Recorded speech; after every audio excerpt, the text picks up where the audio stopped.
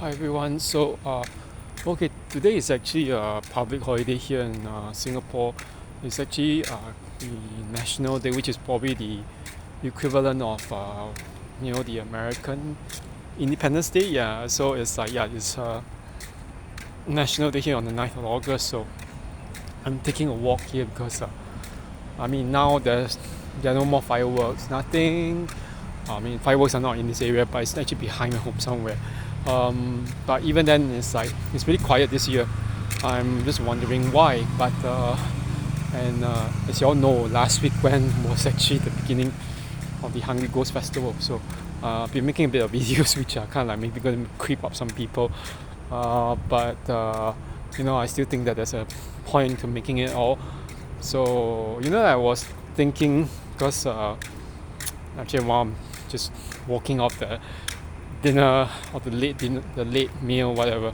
So this whole thing that I've been talking about concerning spiritual possession. So I know that some people don't really believe in spiritual possession. They think it's all in the brains. And I had a friend whom I was talking to because that was years ago.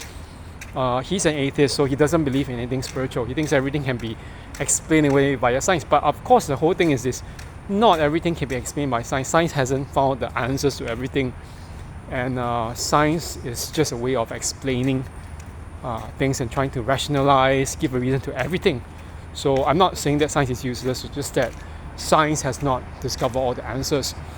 So, but going back to the whole thing about spiritual possession, so I want to actually just make this particular video about something that I've been contemplating.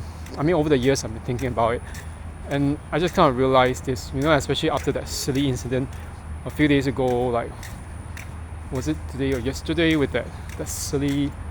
Oh yeah, just today. Yeah, actually in the morning with that silly woman who's yesterday actually, who's that the slut who claims that I'm slut shaming. You're not slut. You are the slut. Okay, but the whole thing was this. People, she claims to be a so-called bisexual witch or whatever. My eyes are rolling about. But the whole thing is this. Okay, we talk about things like what are red flags of people. But why aren't we talking about what are the red flags of toxic narcissists? They all give off red flags, no matter how hard they try. And the thing is this: I actually believe that there are spirits in them. Okay, spirits which give you warning signals. There's always something. The spirit is always, the so-called demon or spirit is always in their eyes. Okay, and it's not just physical, but it's also the way they behave, the way they look at you. Okay, some of them might say, like when this narcissist actually, yeah, I'm just looking at my surroundings, but when this narcissist actually just look at their victims, those whom they target, there's something in their eyes, something that the eyes, it's not even the eyes turning black or whatever, but when they are enraged, it's something about the eyes in normal daytime, daylight, they stare at you, they look as if they are boring, B-O-R-I-N-G, boring as in, like drilling into your very soul, trying to get something, to extract something from you. Okay, that's something I don't think that anyone in the right mind, like, it looks very intense and everything, but no, actually there's something it's very, very predatory, it's very evil and demonic. Okay, I had a friend, I was talking to a friend about this before, the thing about the spirits. He said this friend of mine who's gay, from high school. Okay, he's a very good friend.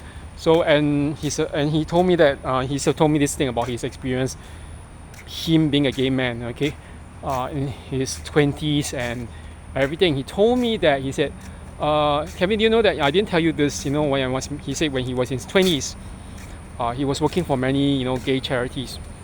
And he said that for his point of view, that was then before he was attached. Now he's in his 40s, he's attached now. And I think I don't claim to comment anything about the relationship, whatever, because I don't know the person. But he told me about that one particular guy he was saying. He said that one guy whom he met, okay, who was like a fitness instructor. He told me that guy actually went has this thing about SA. Yeah, he actually targeted very young boys, and then young boys, I mean legally young boys, like maybe anyone, as long as that person is above 16. Okay, that which is the legal age of consent. He'll target them, and then it's like he told me that person, he found out that this person didn't think that so obviously this person was like kind of thinking that my friend wouldn't know anything about him, but my friend told me, that he actually thought that I wouldn't know, but I knew that he was targeting all these young boys. And the thing is, he was like he actually literally raped them. Yeah, I mean raped them and everything. And then what my friend told me was that some of the stories that he heard while he was working in those gay charities included those my friend told me, young virgin boys, okay, who were just discovering their so-called sexuality as gay or bisexual men or boys, okay, the first time, who actually ended up being raped by that particular former date of his. And then he said that, it was so creepy. He said, I asked him, what do? Do you confront him or whatever? I exposed, my friend told me. This is what my friend told me. I exposed him. So what happened? He said, I saw his look in his eyes, and the eyes was a very psychopathic stare. But I told my friend, did he make life hell for you? No, he just told me that we are incompatible. And then and I just said, fine. And then he just, that person placed my friend off the list and blocked him. But the person is still around, okay? In fact, from what my friend told me, he's now some group exercise leader in one of the mega gym chains here in Singapore. And this is it's just disturbing, the whole idea of why they behave like that.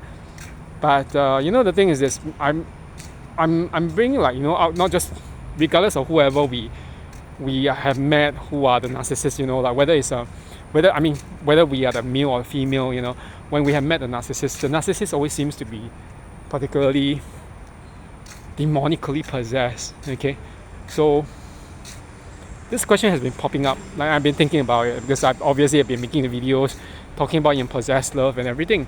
I mean, the whole idea of possession. There's spiritual possession, there's demonic possession, and the whole thing. I think my friend asked me once. He said, he was doing tarot and I was doing tarot before, and then he knows a lot about astrology more than me. But personally, I don't want to recommend doing it. And because one thing is strange, because I remember when I was actually active in this thing called clairvision meditation. That was quite a number of years ago. It's a form of meditation supposed to unlock the third eye, make you more, so there are certain moments like past life regression, or we just, it's a very similar hypnotherapy. What happened was that I was telling that facilitator about it.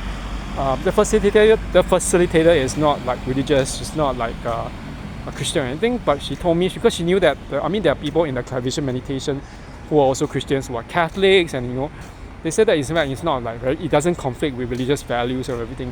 So in fact, for those who are Catholics, they experience some kind of bliss when they go through this kind of meditation. It's like it's like you see the kind of like a light at the end of the tunnel, or something, like some being like who's like a higher, like an angel or something like that. Okay, and that's pretty much just that thing. But there are certain moments when I told her about the thing concerning what one friend did with tarot reading for me before I started doing it. She said, one thing is that she said she never does it. She never likes doing it because all those, all those cards. Some people claim that we are trying to tap or channel the higher self, which is the so-called cosmic crown chakra, which links to the divine, the energy of the cosmos, or the universe. But I mean, for some people, they don't believe it. They say that, we don't know what we are consulting. Like the spirits could be, or the energies could be from some other realm. And it might not even be a very benevolent, presence. So it could be misleading you. there's always a kind of fear, sometimes in some certain traditions of religion, faith, or whatever, there's this whole idea that not just this, but some form of augury, AUGURY, augury, like meaning divination. When you're using some form of some modality, whether it's cards, flags, like in shamanism, Korean shamanism, or whatever, we don't really know where these spirits come from. Okay, we rarely know, because we are still in this realm as humans. It's a very finite realm.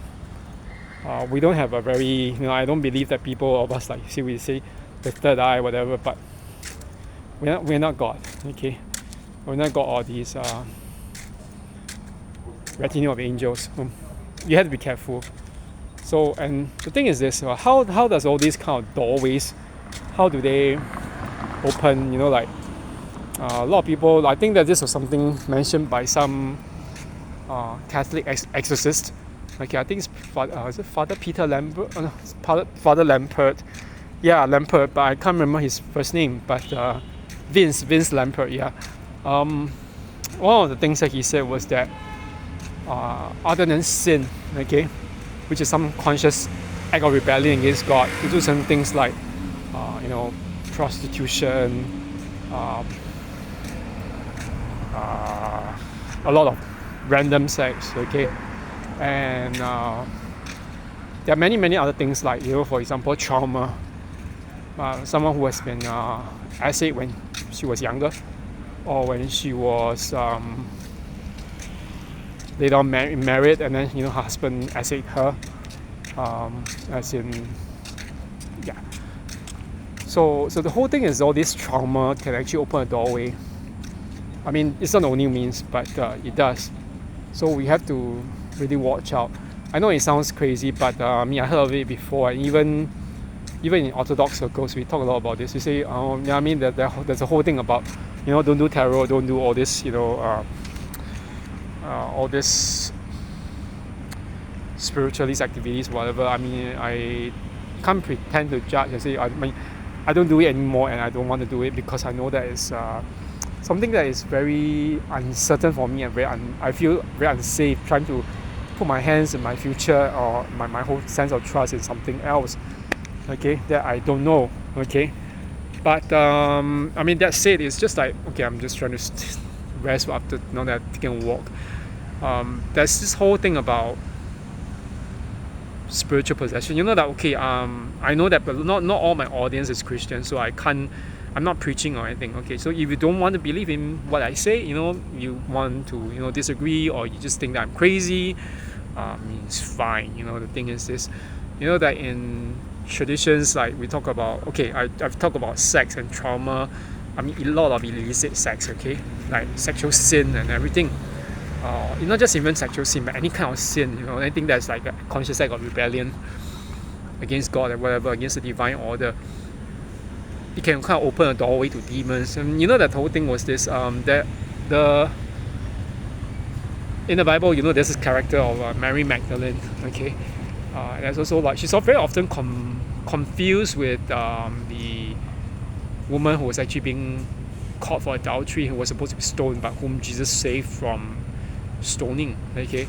I'm not exactly sure why, because I haven't studied it closely enough to find out why they are always being confused together, but at least in tradition, I think that in church tradition, not just in Orthodoxy, but even in Roman Catholicism, Mary Magdalene, okay, she was very often also associated with being a harlot. Yeah, she's very commonly associated with being a harlot or prostitute whom Jesus saved. And supposedly in the Orthodox tradition, Jesus Christ, okay, he cast out hundreds of demons from her. Yeah, hundreds of demons. There was a kind of legion of demons in her. All this legion of demons in her being linked to sexual sin. So I'm not saying that anyone who has had a lot of sex ends up getting a lot of demons in them, but there's always that thing we have to watch out for. We say STDs, STDs meaning sexual transmitted diseases, but there's also sexually transmitted demons. Okay, that's the other definition of STD. sexually transmitted demons, and this daemon, okay, it's not like what we think about like all those horns and everything, like which is in pop culture. They could be just some kind of presence, we can't really see in flesh, or whatever, but it's there, okay. It destroys us from within, it eats us up, okay.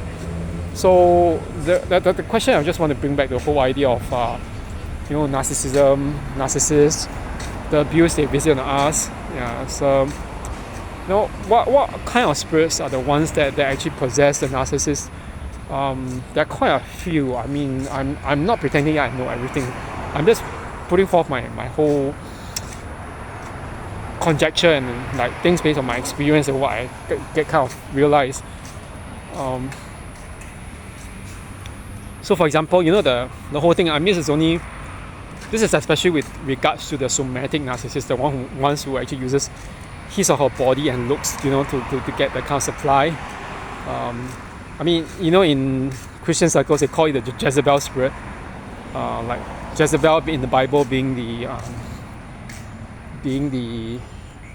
queen of King Ahab, who was actually pagan and who worshipped a lot of like pagan gods and engaged in witchcraft and everything. Her end was really a sorry end because there wasn't much left of her body when she was hurled off the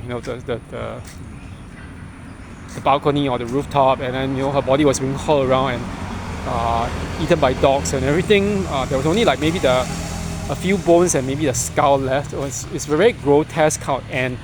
But the strange thing is that our modern culture now is kind of valorizing or romanticizing and glamorizing the Jezebel spirit, saying, you're stupid people saying that, oh, you know what?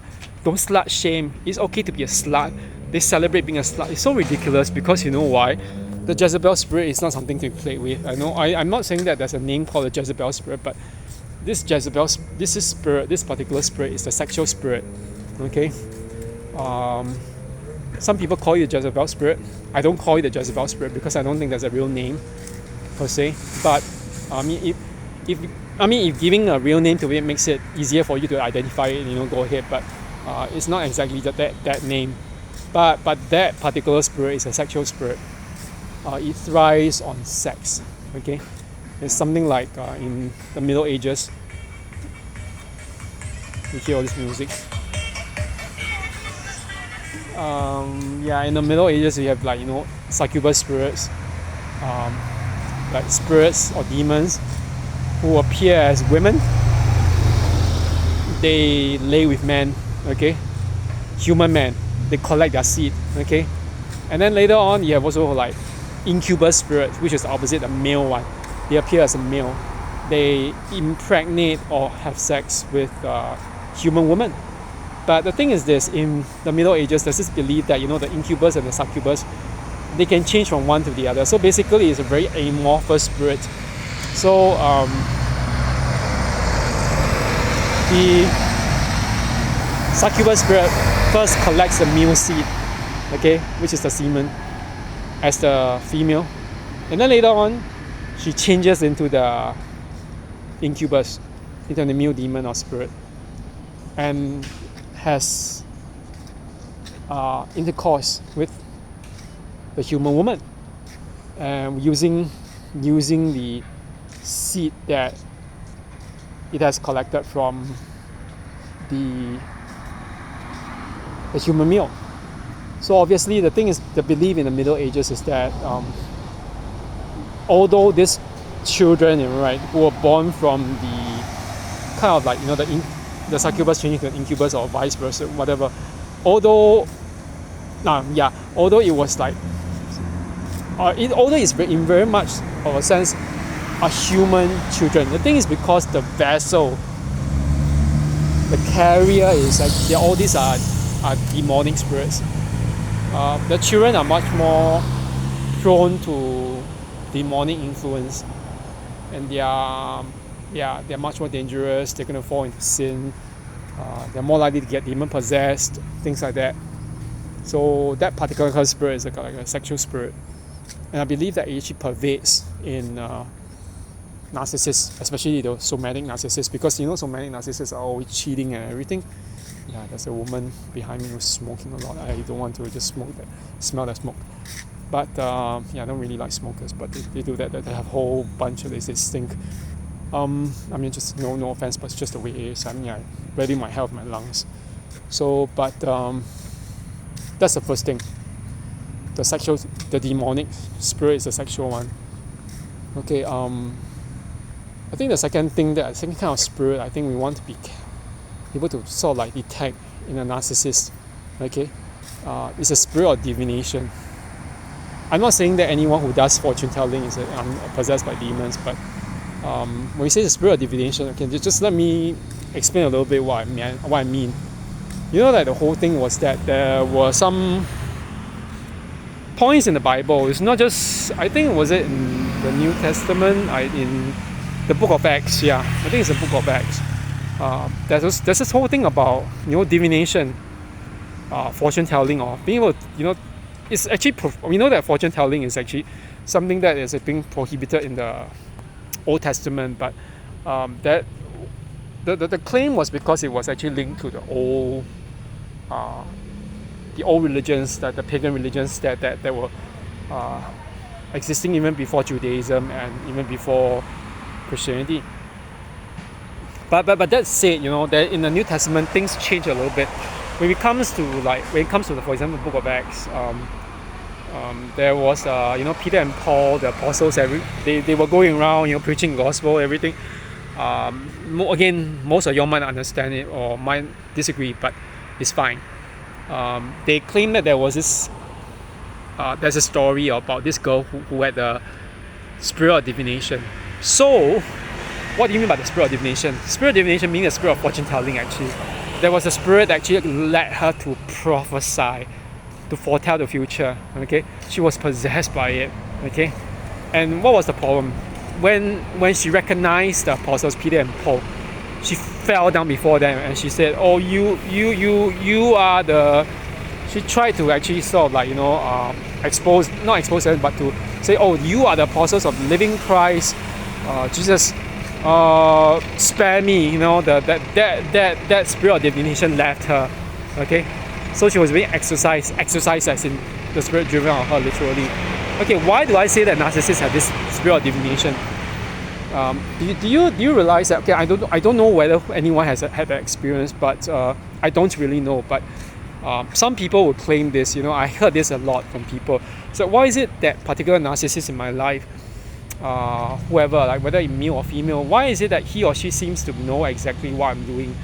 And it's like it's so uncanny because like for example, they say once I was about to move on, I really had it, I had enough. Then the thing is like the point of like the silent treatment or the ghosting or whatever just stops, and all of a sudden he or she will come back, try to re-establish contact, ask for some kind of reconciliation or contact or whatever, and it's as if they knew what I was thinking and they wanted to stop it. And that's not just that, but even when they say that when they first meet the narcissist, why is it that person, why is that person able to kind of like read me? It's like as if they can read my next move, like on what I'm thinking. They kind of like in a very cliche way, they say, oh, they complete my sentences for me, although I don't even know him or her yet. Okay, yet anyway. I think it goes back to this whole thing about I'm just looking to see whether that girl has left. I think these people who smoke outside, they are really rude and nasty. But but back to the whole thing about spirit divination. The whole thing was that this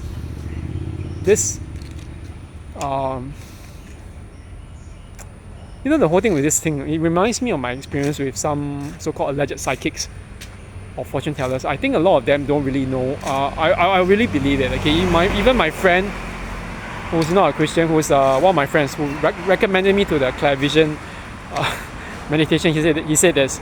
So most of these psychics are not even psychics. They're just mentalists. They read your body language. They do a lot of cold reading or even hot reading. Like hot reading meaning that they go online and find whatever sources and they research you before they even ask you all these questions, and they try to do conjectures on you based on what they know. Cold reading is asking you, throwing a lot of words just to bombard you, to get something out of you. kind of similar to love bombing, but not exactly the same. But this whole thing about this, the spirit of divination is very much, I think, something that all narcissists seem to be possessed or influenced by, because okay, the whole thing is, we say possession is like someone take over you and then you lose your whole sense of your whole self, but I don't think it's like that. Okay, of course I'm not saying there's partial possession, but it's like a lot of these people, they seem to be kind of like cooperating with spirits, enabled by spirits. Okay, so it's not like kind of full-on possession, but it's a kind of like a case where their body becomes vessels. Okay, so the sexual spirit is one thing, the sexual spirit, which we call, some of us call the Jezebel spirit, but which thrives on seduction, sexual power, breeding you or being bred by you. But other than that, that is the spirit of divination. And I think that this spirit of divination is the one that actually is something that we have to watch out for more, because that's what allows them to tap into us, our minds, or what we're thinking, what we're feeling. They seem to know exactly. You know what I believe? Okay, I believe that this spirit is feeding that information, so they kind of like can guess or feel when we have kind of like decided to move on. Because I don't really know, I can't say why, but it's just so strange that when I decided, I had it with one of the narcissists in my life. Then all of a sudden that person contacts me and then or asks me on was it on Instagram or Facebook and suggests that we go out for tea or something. Like, you didn't even talk to me, and then why the heck do you even want to like meet up for tea or coffee? Because I'm like, what? So of course, even if the narcissist is an atheist, they could be influenced or having some kind of a form of the spirit of divination in them. You want to be careful, okay?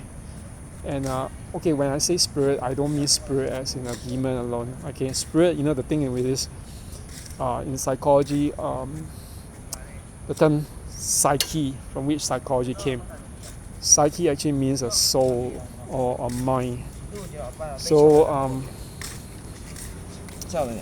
this is the whole thing that we always talk about. Like narcissists seem to have a kind of the mind of a narcissist is so different from what we think of as human or normal. So the third one, I think, is this thing called the spirit. The spirit, what should I call it? It's a hive mind spirit. Okay. Like the fly, stuff. I think I told you all some silly story. It's kind of amazing. When I used to tell it about the fly flying around the narcissist face or whatever. Okay, people say maybe they are their own kind. But the hive mind, the idea of the hive mind of narcissists behaving in some particular fashion is where they seem to behave from the same playbook. How is it possible? Unless they actually come from that same spirit of the hive mind. Okay, it's kind of odd because in New Age spirituality they always talk about Christ consciousness that surrounds the divine consciousness. I don't believe in it because I don't think that Christ is a consciousness. He's a real historical person. But that aside, the whole idea that there is a so-called Christ consciousness. So if there's a Christ consciousness, can't there be a demonic hive mind as well? And I think that there is a demonic hive mind. So that's the kind of third spirit that I think that spirit influences them to behave in the same way, almost the same way. And personally, I don't get it. There's no originality. There's a kind of lack of originality in all these narcissists. They seem to behave so like copycats, not just of us, but of each other. Such that you wonder, some people will say, oh, you know what? You seem to be talking about my ex, but accept that, my ex is a man or my ex is a woman, and then we all different different sex or genders, and gender. So yeah, that's a whole strange thing about all of this. They seem to be possessed by the same spirit. So that's a third thing. So anyway, I'm like, I don't want to freak out anyone. I've been talking a lot about this whole thing about spiritual possession, but yeah, these are the three kind of spirits that I was talking about. Spirit of the sexual spirit, okay, the unclean sexual spirit, the spirit of divination, and then the demonic hive mind. These are the three spirits which seem to possess narcissists. What other spirits do you think there are? I was thinking just now, while I was sorting out, I was thinking the last thing that I was thinking about was the spirit of wrath. There's a spirit of rage. Why does it actually, how does it operate? The spirit of rage seems to it seems to manifest all the time. We talk about that, and like last time, when I was in a charismatic church in my youth, my 20s, so we always talk about this. They always talk about manifestation, as if it's so easy to get people to manifest the spirits, but there's a spirit for everything. There's a demon or spirit for everything. It was like, it's so ridiculous, but at the same time, you can't help but wonder, these narcissists seem to actually behave with a lot of this kind of rage in them. You have to walk on eggshells around them, and it's like you just can't be yourself, and it's so unsafe. They could just maybe end up one moment it seems like everything seems fine, or at least safe for now, and then the next moment they could be just bursting out in anger. They can't wait to hurt you physically or assault, SAU, or physically attack you or hurt you, and you just never really safe, okay, because they are always angry. So and this kind of spirit actually seems to be construing some form of injury or personal attack against them, even though you never meant to say anything to hurt them. Sometimes it creates the false scenario. It's like, you hurt me. What? I didn't even do this. I didn't even say this. And what makes you think that I said that? No, you said this thing, but which means this thing. They'll interpret it in a certain way, And it seems to be a kind of thing that happens in most of all these narcissists. And not just most, all, I would say all. So I can't help but say, this whole thing with the spirit of wrath is being probably the next other spirit they seem to be possessed by. And the one thing was, I was talking about this once. I had a joke about this. How many exorcisms and deliverance sessions do we need to bring a narcissist to in order to deliver them or drive out or exorcise the demons from them? And my answer to this joke, which I created, was that none, actually. In fact, none. Okay, they have a legion of demons in them. I just basically scratched the surface with my suggestion of 4 different categories of demons or spirits that are possessing all these narcissists. Okay, anyway, that's it for now. I just have to go back because it's really noisy, and the thing is, I find it a bit dodgy. It's safe, but still, I find sometimes at this kind of hour, you don't know what you and who you encounter. Sometimes you find a lot of odd people, and there's a lot of noise. So I just think that if you have any kind of ideas to add about what you think actually all these spirits are, you can probably just leave a remark. I'm open to actually suggestions about this kind of things about spirituality and how or the lack of it in the narcissist, how that actually affects them. If you want to be disrespectful, I'll delete the remark anyway. But there's a lot of gas. But anyway, have a good one. So okay, have a good one, and you know what? Don't sweat it out. Okay, don't get anxious over narcissists. They're not worth it. Okay, have a good one, everyone. Bye bye.